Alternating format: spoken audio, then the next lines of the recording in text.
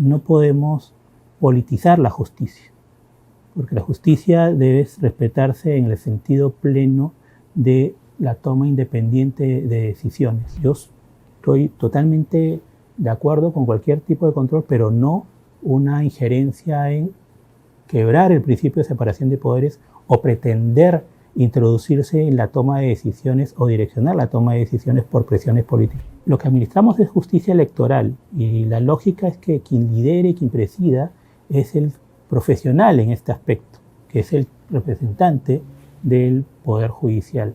Buen día, amigos de la República.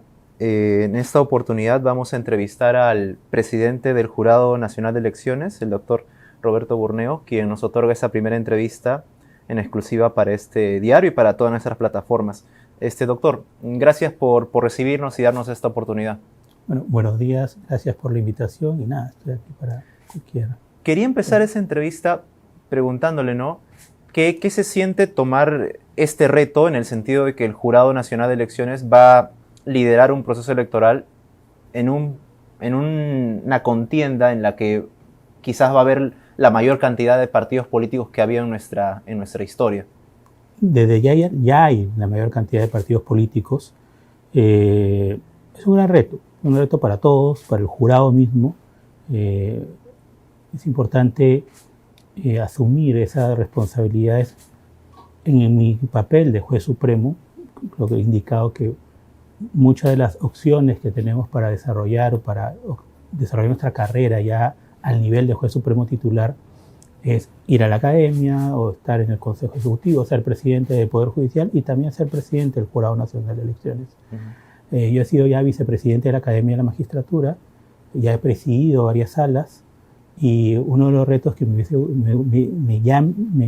encantaba verlo era participar ya como presidente en el proceso que yo digo o pienso que va a cambiar el país, porque cambiamos de una cámara a una bicameralidad. Este tránsito me parece muy interesante porque estoy seguro que va a cambiar la forma en que se va a ejercer la democracia y el gobierno en el país. Así que era una oportunidad que tenía para participar en este gran cambio y liderar en este caso el sistema electoral y el Jurado Nacional de Elecciones.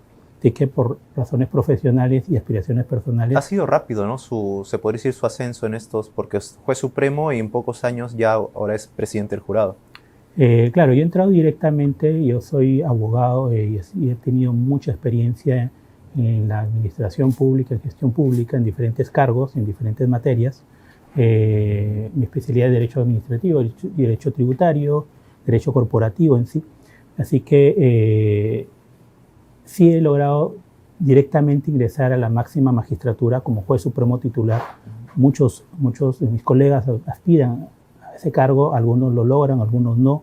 De más o menos de miles de abogados que hay en el país, solo 20 pueden aspirar y lograr ser juez supremo, son muy pocos, y que yo soy de esa élite, para decirlo claramente, y he logrado también en ese poco tiempo presidir dos salas importantes, una sala que se dedica a los temas tributarios y aduaneros, sacando hasta 13 precedentes, una sala que ve el tema laboral privado, que fue la última que presidí. Hemos logrado una cifra histórica, nunca antes logrado en cuanto a ejecutorias. Hemos duplicado el número histórico de ejecutorias de esa sala, logrando la mayor producción que se ha visto en la historia del Poder Judicial. ¿Y se le vino alguna vez a la mente de que en tan poco tiempo iba a llegar a ser presidente del jurado? Más allá de las aspiraciones personales y profesionales que pueda tener, ¿no? La verdad, al principio se veía un poco complicado el aspirar, ¿no? Estaba dentro de mis planes no inmediatos, pero cuando vi la oportunidad y me pensé y dije, ¿qué proceso de todos los que podría haber en el futuro me hubiese gustado ser parte? Este era el proceso que me hubiese gustado ser parte, así que me involucré y pedí el respaldo de mis colegas y ellos por unanimidad me dieron esa confianza, así que ya les agradezco. No voy a defraudarlos en ningún sentido, no solo a ellos, sino al país mismo, porque considero que la responsabilidad de ser el presidente del Jurado Nacional de Elecciones tiene un impacto importantísimo Sí. en la democracia del país y en los ciudadanos y en la gente en general. Y justamente ahí va otra pregunta, ¿no? El Jurado Nacional de Elecciones, por la coyuntura que ha afrontado como institución en los últimos años, ¿no es una sartén caliente en este momento? Es un reto, una gran responsabilidad. Más que sartén caliente, había que asumir y liderar esta institución, y el encargo que tenemos constitucionalmente los jueces supremos titulares es ese. Así que más que el ser una papa caliente, me encantaba o me gustaba el reto de asumir este momento de tránsito a la bicameralidad, que va a cambiar, entiendo yo, lo veo así personalmente y estoy seguro que va a ser así, todo el panorama de la democracia y de la forma de gobernar el país. Así que más que el tema de sartén caliente, lo veía como un reto y una aspiración personal. Y ya ahora yendo al tema de fondo, que son las reglas electorales, que es justamente el motivo principal de esta entrevista. Hace 2 semanas o una semana el Congreso aprobó una ley para las reglas electorales para elegir justamente al Congreso bicameral, ¿no? Y esta ley establece una disposición, ¿no? Que la valla electoral para alianzas va a ser ahora de 6%, ¿no? Antes era 1% a medida que se iba sumando un partido a la alianza electoral. ¿Usted qué piensa de esta modificación? Se lo consulto porque su antecesor en su momento, cuando fue a la Comisión de Constitución, él cuestionó eso porque dijo que iba a provocar de que entren al Congreso partidos políticos con poca representatividad electoral. Bueno, preocupa a todos, no solamente al jurado, el tema de la dispersión, porque finalmente debilita la fortaleza que deben tener las organizaciones políticas dentro del proceso, del proceso legislativo. Pero bueno, esa es la opción que ha seguido el legislador. Ya la opinión técnica, en este caso el jurado, ya se ha indicado, efectivamente es así. No solamente eso, sino que tenemos ahorita ya 40 partidos inscritos. Dentro de poco vamos a tener 2 más, según lo que me han informado, vamos a tener ya 42 ya inscritos y que podrían participar en el proceso. Estas medidas lo que hacen es eliminar los incentivos para generar alianzas, porque obviamente con 2 partidos unidos podrían no ser, digamos, vacados, ¿no? o cancelados por no haber cumplido con la valla. Ahora, también otra forma de ver las cosas es que podría generar incentivos, porque como ya simplemente con un punto se subiría la valla, por lo tanto muchas organizaciones que quizás no tienen mucha aceptación o no pueden lograr la identificación de los ciudadanos podrían querer subirse al carril de los que tienen mayor peso, los que tienen mayor aceptación. Y reducir la cédula. Claro, y reducir la cédula. Lo que sí creo que es un mensaje importante es animarlos por el número de partidos a que generen alianzas, porque eso va a ayudar mucho a evitar la dispersión del electorado, facilitar la votación y finalmente que las organizaciones puedan tener esos puntos de contacto que puedan fortalecer, en este caso, a las organizaciones políticas. Eso me parece importante porque las reglas ya están dadas. Lo más probable es que no cambien. Hay una valla muy pequeña o una ventana muy pequeña antes de la convocatoria de elecciones, que son el 12 de abril de este año, del 2025. Así que prácticamente no van a cambiar esas reglas, es con las que vamos a ir al proceso electoral. Y sería importante que se animaran a hacer alianzas porque eso va a fortalecer un poco y también va a simplificar no la labor del sistema electoral, porque finalmente nosotros vamos a cumplir con el mandato legal, vamos a ver la forma más eficiente de materializar lo que está en todo el marco normativo, pero es el ciudadano el que hay que darle la facilidad. Y esta ley, ¿no? Justamente dice, ¿no? Bueno, el argumento para aprobar esta ley fue el que usted menciona, la proliferación de agrupaciones políticas, ¿no? Y que esto podría servir como un primer filtro para que no haya tantas agrupaciones, ¿no? Pero justo ahí va mi pregunta, ¿no hubiera sido mejor, por ejemplo, mantener las primarias simultáneas obligatorias, que son las famosas PASO, para que haya un primer filtro y luego ya en el proceso electoral mismo, ¿no?, hayan menos partidos compitiendo?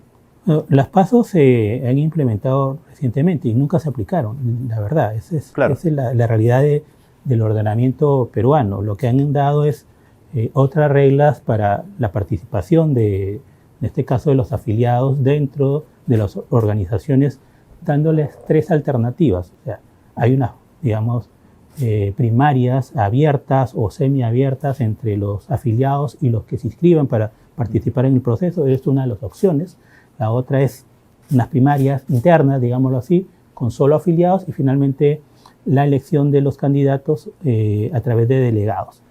No sabemos finalmente qué opción van a optar las 40 partidos políticos que ya estén inscritos, o 42 que eventualmente se van a inscribir, ya no mucho tiempo.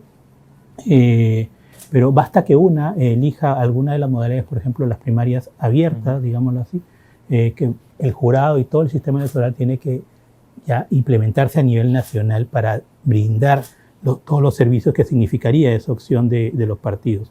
Es que en 40 partidos inscritos la probabilidad de que alguno de ellos pueda elegir una u otra es bastante grande. Los números dicen que la mayoría prefiere la modalidad de asamblea de delegados.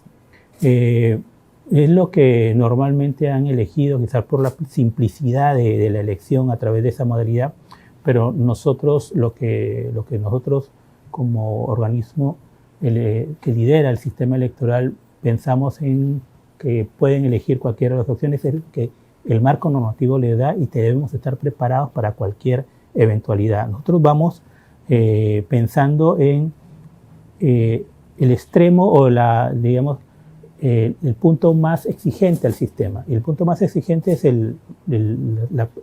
las primarias abiertas o incluso las internas, ¿no? Porque también las internas generan que se despliegue toda la organización del Jurado Nacional de Elecciones a nivel nacional. Y el otro punto de esta ley dice, ¿no? El Jurado Nacional de Elecciones fijará la cantidad de senadores y diputados en función a la representación por cada 160.000 electores. Pero hay una disposición en esta ley, ¿no?, que dice que esa parte aplica posterior a terminado el proceso electoral del 2026. ¿Qué es lo que quiere decir en un lenguaje más común? ¿Que va a haber más congresistas para el 2031? Bueno, para este proceso electoral ya está definida la cantidad de parlamentarios, tanto para la Cámara de Senadores como para la Cámara de Diputados. Son 60 senadores y 130 diputados. Posteriormente ya se verá esa medida. En la actualidad nosotros lo que venimos trabajando es en reglamentar la distribución de esa cantidad de congresistas o parlamentarios, tanto en las cámaras en función de las circunscripciones que ya también están previstas, ¿no? Porque hay unas circunscripciones que ya están definidas o un número de parlamentarios que ya están definidos en función de ciertas circunscripciones, pero también hay otras que deben distribuirse en función del número de electores. Eso es lo que vamos a trabajar ya en otro proceso electoral.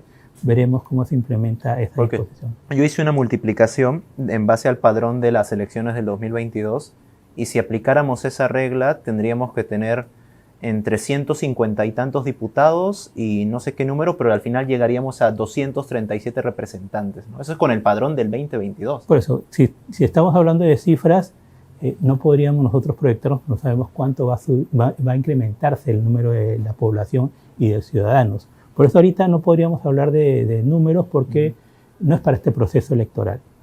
Quizás para el próximo vamos a ver cómo es que cambia la cantidad de ciudadanos. Y ahorita, por ejemplo, tenemos para este proceso electoral 2,5 millones de nuevos electores. Yeah. Son jóvenes que entre los 16 y 18 años de edad que van a ejercer por primera vez su voto en este proceso electoral del 2026. ¿Eso qué implica? Que el 5 o 7% del número de votantes va a ejercer por primera vez este derecho, y es importante que ellos se familiaricen, internalicen toda la información y cómo es que se ejerce ese derecho, porque es una cifra muy relevante, al igual que los extranjeros. Es otra cifra bastante interesante que se ha triplicado del último proceso electoral. Estamos hablando de cerca de 900.000 electores del extranjero, que ahora son alrededor de 2,5 millones también.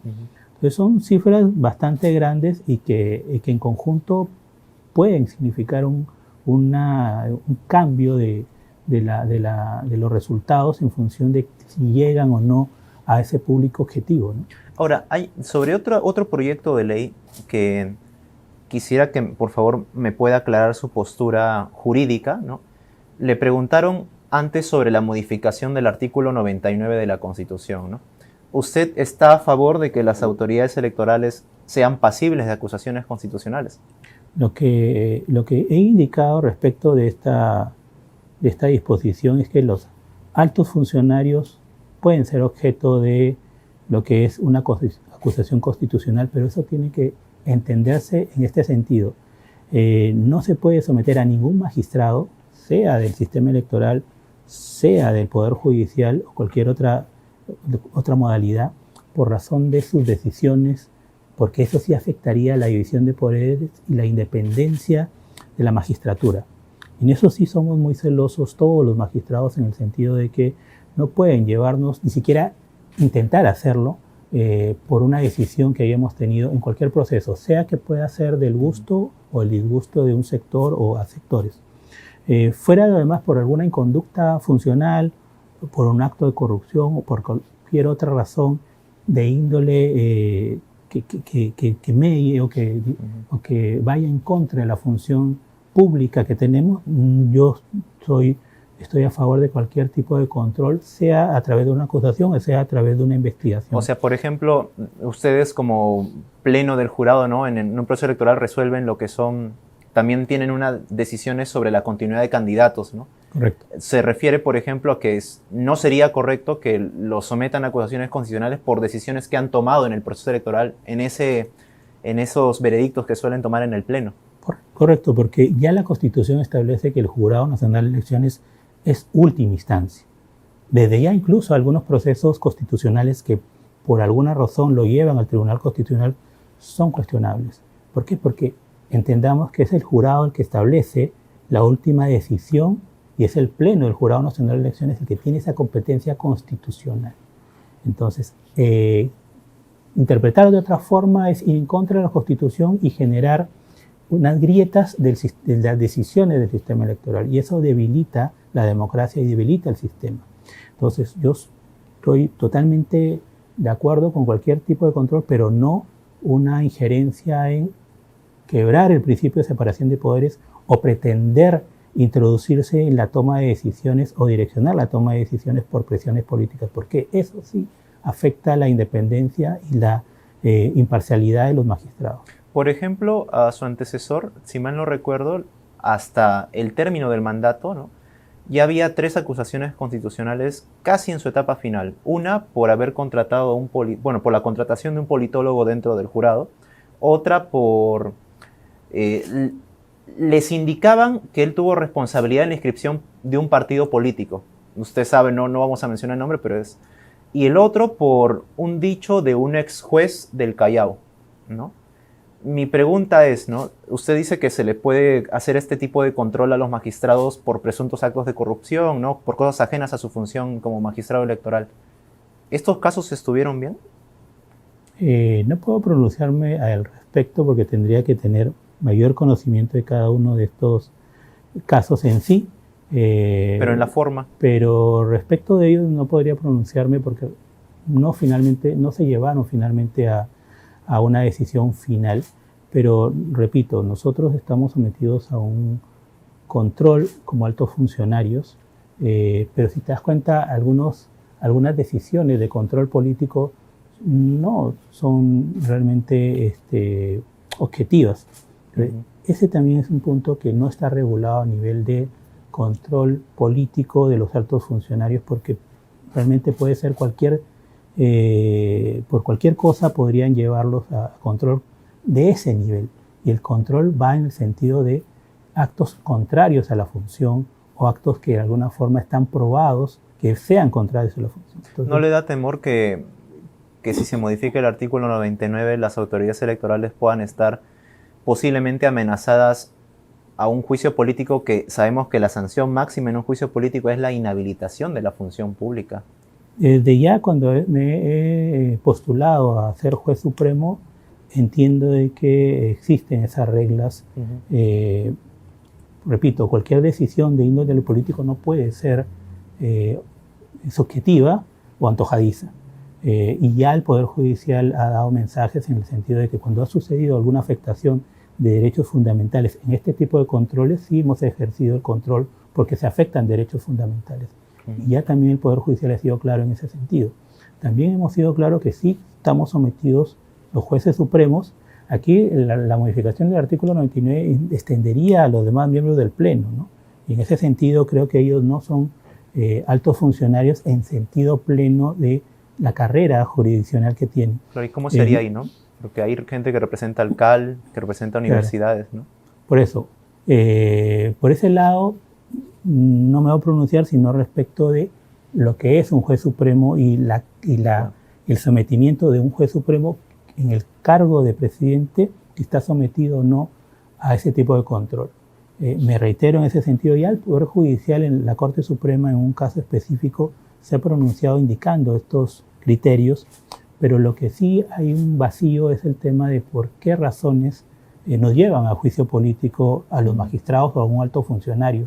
Y ahí sí hay una tarea grande por hacer de parte del legislador, porque sí se tiene que estandarizar razones objetivas por las cuales están llevando los funcionarios o no, porque si no, nuevamente no podemos politizar la justicia, porque la justicia debe respetarse en el sentido pleno de la toma independiente de decisiones. Es muy interesante lo que menciona, doctor, sobre el fallo de la Corte Suprema, ¿no? Correcto. Creo que fue en el caso del doctor Ticona.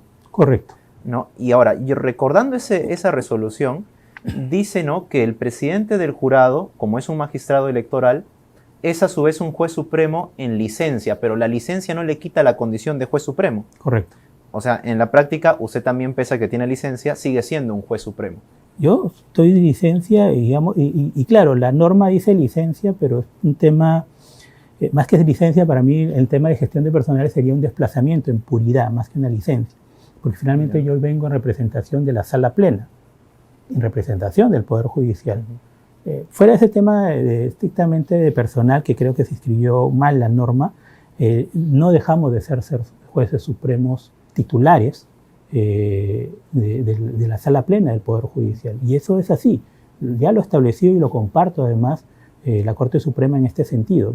Y en ese sentido es que se falló, creo que fue a favor del doctor Ticona, porque sí. El doctor Ticona sí argumentaba esto, contrariamente a otras personas que indicaban lo contrario, pero él decía, sí, yo no me puedo someter a cualquier denuncia, en este caso era del Ministerio Público, sin antes haberme sometido al antejuicio político, porque yo soy alto funcionario, a pesar de haber presidido o que esos hechos se me imputaban en el tiempo que fui presidente del Jurado Nacional de Elecciones. Claro, el argumento sería, ¿por qué me tienen que acusar a mí como juez supremo por hechos que son en mi función de juez electoral, ¿no? Correcto, pero igual seguimos siendo jueces supremos titulares, en este caso con la camiseta de presidente del Jurado Nacional de Elecciones, y eso lo compartimos muchos de los magistrados supremos, y en ese sentido salió el fallo de la Corte Suprema, si no me equivoco, de la Sala Penal Permanente en este caso. Ahora, sé que usted no se puede pronunciar sobre otros casos, pero el argumento que usted está utilizando, doctor, es el mismo que han usado varios congresistas para impulsar acusaciones contra su antecesor. Bueno, fuera del impulso o no de este tipo de acusaciones, ya hay una posición de la Corte Suprema que la comparto. Ahora, los motivos de otro tipo de acciones ya van por otra línea y no me voy a pronunciar porque incluso creo que ya han dejado de tener vigencia porque el doctor Sala ya dejó de ser presidente del Jurado Nacional de Elecciones y está en otras tareas en la Corte Suprema. Cambiando de proyecto de ley, hay una iniciativa legislativa, todavía no ha sido aprobada, pero es también modificación a la Constitución, para que la elección del presidente del jurado sea mediante el pleno, ¿no?, del jurado, ya no sea directamente el magistrado elegido por la Corte Suprema. ¿Qué opina usted de esta propuesta? Porque también reduce el mandato del presidente del jurado, creo que a 2 años, corríjame si estoy equivocado. Correcto, es un proyecto que ha sido aprobado en primera votación en la anterior legislatura, entiendo que puede o no ser agendada en la siguiente legislatura.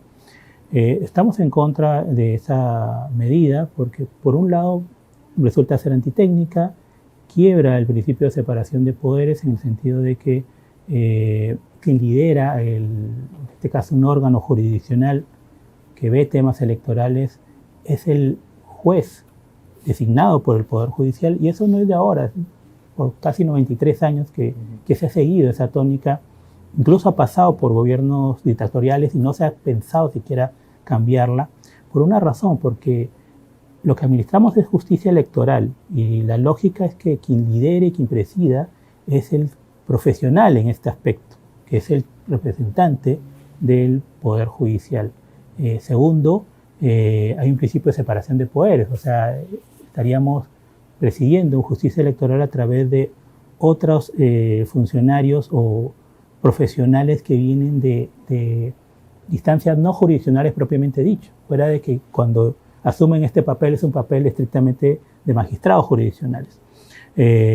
Lo mismo sucedería, por ejemplo, debería tener la misma lógica para los juzgados especiales electorales, donde hay un juez, claro, un fiscal y un ciudadano que se elige por sorteo. Imagínate que un ciudadano que es lego en la materia quizás presida la instancia de justicia electoral descentralizada, digámoslo así.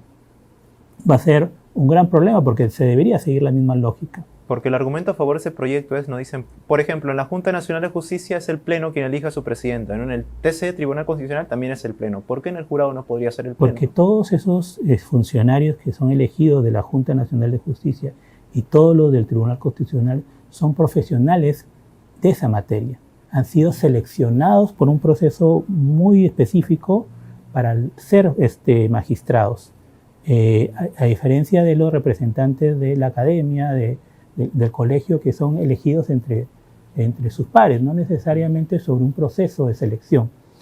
La Junta pasa por un proceso de selección que pasa por exámenes, entrevistas, la selección del currículum, cumpliendo con ciertos estándares y requisitos. Es todo un proceso para llegar a ser un representante de la Junta Nacional de Justicia, al igual que el Tribunal Constitucional.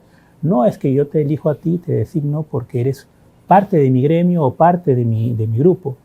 Es todo un proceso de selección. Por lo tanto, ellos llegan a ser magistrados del Tribunal Constitucional o representantes o miembros de la Jurado Nacional de Elecciones, luego de un filtro muy grande, al igual que los jueces supremos. Yo para ser juez supremo he tenido que pasar por diferentes filtros, como un curso público. Un curso público, donde he participado con muchos magistrados, inclusive de 30, 40 años en la magistratura, y he podido llegar a superarlos en un concurso totalmente abierto y totalmente de conocimiento público. Incluso la entrevista que me hicieron la pueden ver ustedes en YouTube, en cualquier lado, y pueden ver si de pronto cumplí o no con los estándares que se requería para ser juez supremo. Pero no solamente eso, llegado a la magistratura y haber sido parte de la Corte Suprema, he logrado tener indicadores de los más grandes en el poco tiempo que tengo. Nadie en la historia del Poder Judicial había sacado 13 precedentes o 12 precedentes de observancia obligatoria en materia tributaria en su historia. Y nadie ha llegado a tener casi una producción de cerca de 20.000 ejecutores en un solo año. Y eso lo he hecho como presidente. Entonces, a lo que voy ¿Y esa opinión que tienes a título personal o no es una opinión consensuada ya con los demás miembros del jurado? No, lo que te estoy diciendo el respecto del proyecto de ley de reforma constitucional, ¿te refieres? No, algunos de los magistrados opinan lo contrario, lo cual se respeta mucho, pero fuera de la opinión que no puedo yo decirla efecto, porque aún no la tengo, digamos, aún está en un debate, no la hemos debatido y votado en algún momento, pero fuera de ello, lo que voy es que es antitécnica por donde lo veamos, por los que acabo de indicar, pero supongamos que superemos estos argumentos, es antitécnica porque es inoportuna. Por ejemplo, en este proceso, en medio del proceso ya de la convocatoria, estaríamos eligiendo a otro magistrado, a otro presidente.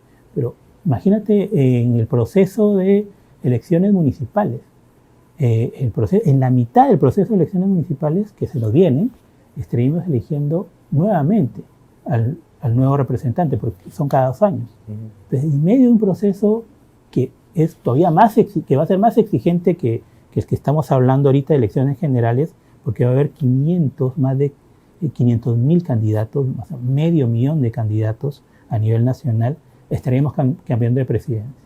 Entonces, ¿cuál es el impacto, no? El impacto es grandísimo. Parece digamos, que no genera ninguna distorsión, pero el cambio de liderazgo y de gestión, por más que sean los mismos miembros del Pleno, genera un gran problema de continuidad y de gestión inmediata, porque la persona que entre a ser parte del liderazgo del Jurado Nacional de Elecciones va a tener que meterse en la organización, quizás va a querer cambiar cuadros porque va a querer tener su personal de confianza, claro, y va a generarse un reproceso muy grande y quizás una lentitud, o se va a desacelerar la gestión del propio jurado y el propio sistema electoral. Y por donde lo veamos, afecta la separación de poderes, afecta la independencia y la profesionalidad que genera el representante del Poder Judicial, pero también es inoportuna porque genera algunas distorsiones ya en los procesos mismos que se dan, y procesos muy complejos. Esto se da ahorita, pero en los siguientes procesos se va a dar de la misma forma. Por eso, y finalmente, 2 años de gestión fuera de lo que podamos pensar es muy poco para poder generar cambios y generar fortalezas, que es lo que uno quiere en cualquier tipo de gestión como líder de la misma. De que con la experiencia que tengo podría decir que 2 años, por más que lo veamos, que parece mucho, es muy poco. El primer año tienes el presupuesto que sustentó el presidente anterior. El segundo año recién tú estás gestionando las cosas, pero ya estás saliendo del cargo.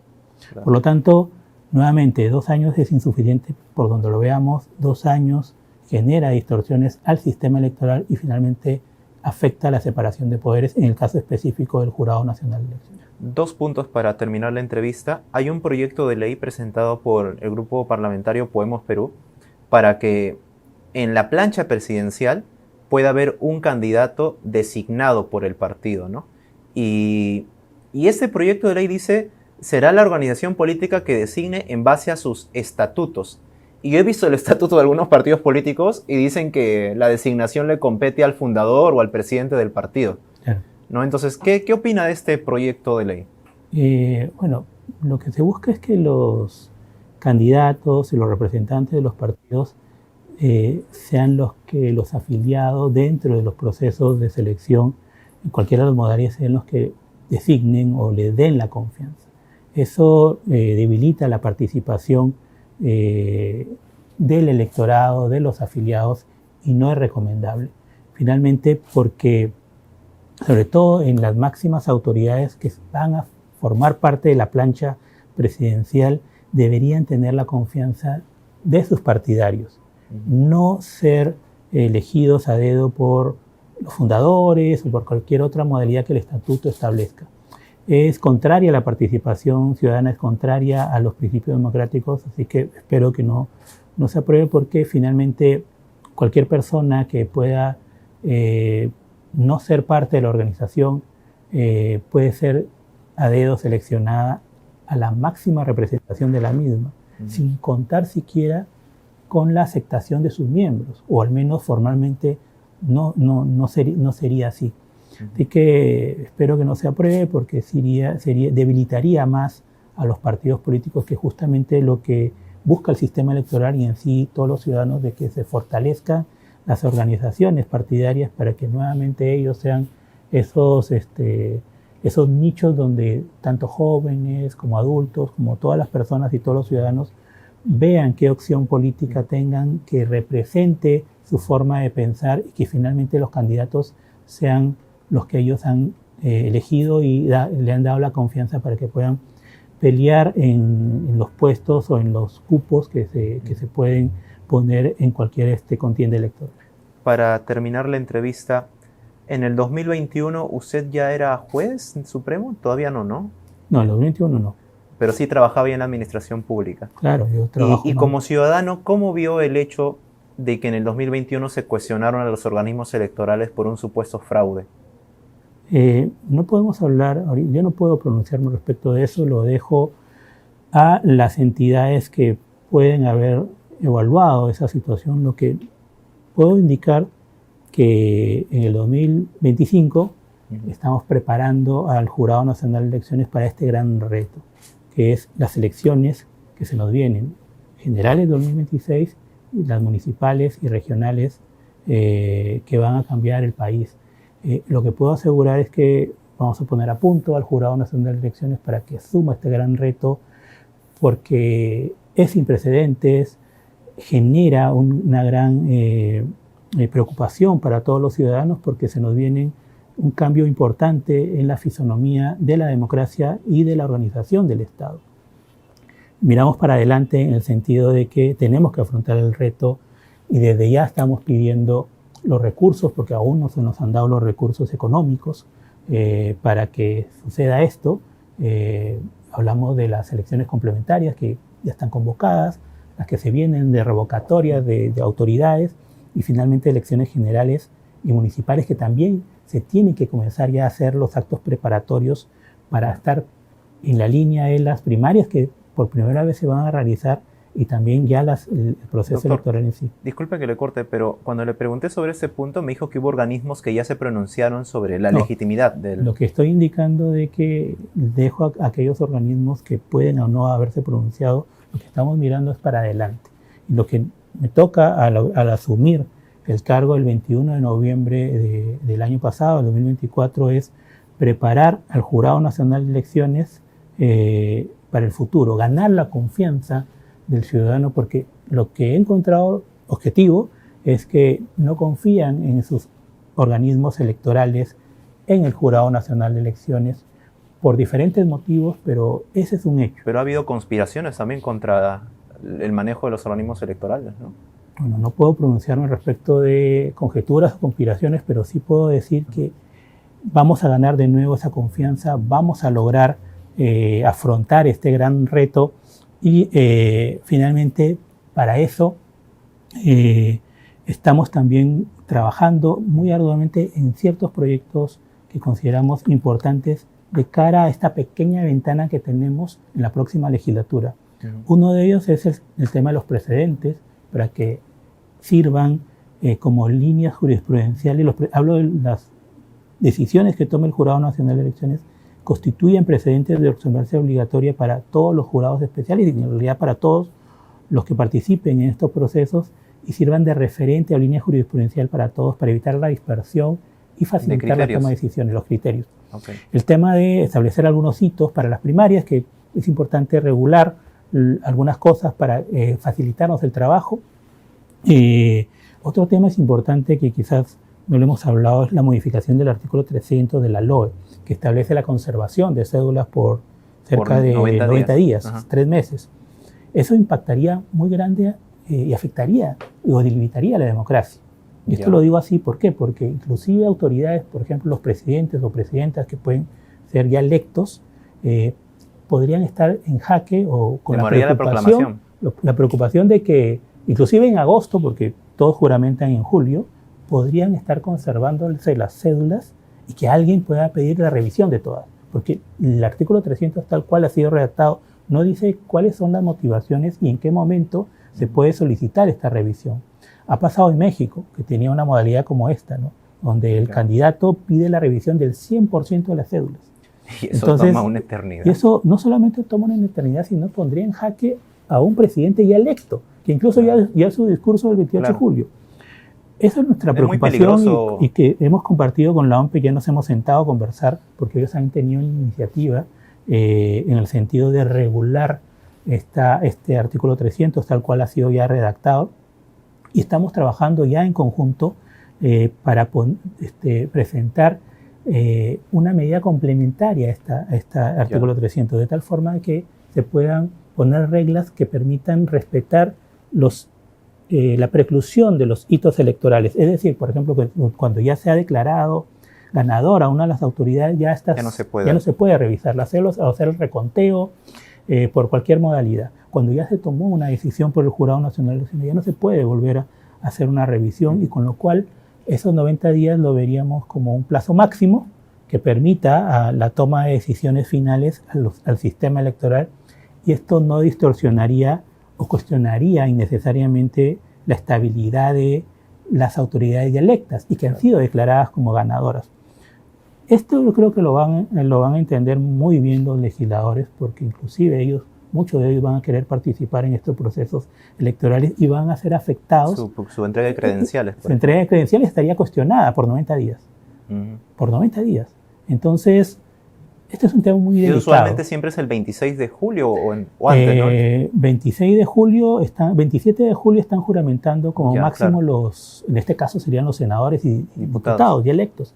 Y el 28 los presidentes y vicepresidentes. Por eso, desde ya hacemos un llamado a que compartan esta preocupación los legisladores. Nosotros vamos a presentar una medida totalmente técnica, objetiva, pero que también responde. Entendemos que esta disposición de modificación del artículo 300 responde a una preocupación de garantizar la mayor transparencia de los procesos electorales. Es más, no es una medida que es, digamos, ajena al derecho comparado. En muchos países, o la mayoría, conserva las cédulas o ponen medidas como reconteos. El problema es que choca esta vez con el cronograma, que es algo intocable, ¿no? Eso es lo que queremos cuidar. Eso es lo que queremos cuidar porque es un principio importantísimo de nuestro ordenamiento electoral y también responde a un tema muy fundamental, que es garantizar la estabilidad, en este caso, de las futuras autoridades. Va a ser una locura en el caso, por ejemplo, de las autoridades regionales y municipales. No se ha visto de esa forma en el futuro. Solamente estamos hablando ahorita del proceso de elecciones generales. Ya vemos claramente la distorsión que genera. Ni qué decir en los procesos que se nos vienen. Por eso creemos que, atendiendo a esa preocupación de la modificación del artículo 300, los organismos técnicos electorales, que somos la OMPE y el Jurado Nacional de Elecciones, vamos a dar una alternativa que permita canalizar esa preocupación, pero también ordenarla. Bien. Y finalmente, bueno, vamos a también, estamos desarrollando otras medidas como el fortalecimiento de la fiscalización, también lo vemos como muy importante, ya no para esta ventana que tenemos, pero quizás para las próximas oportunidades, el tema de fortalecer algunas medidas contra el acoso contra las mujeres y con cualquier otra persona que ejerza política. Y finalmente poder indicar la responsabilidad conjunta tanto de los candidatos como de las organizaciones respecto de aquellas infracciones que se cometan, para que ambos, las organizaciones también hagan un control de la conducta de sus candidatos, porque vamos a ver mucho estimamos que va a haber mucho de este tipo de infracciones en estos procesos electorales, con una gran cantidad de candidatos, con una gran cantidad de intereses, con una gran cantidad de quizás medidas de desinformación. Así que el Jurado Nacional de Elecciones y el sistema electoral tiene que ponerse a punto para que pueda garantizar un voto informado, para garantizar darle información de primera mano al ciudadano, y en ese sentido estamos haciendo muchos esfuerzos, haciendo alianzas con el Poder Judicial. Hoy día vamos a hacer un trabajo con SUNAR, y así venimos trabajando con el Poder Ejecutivo.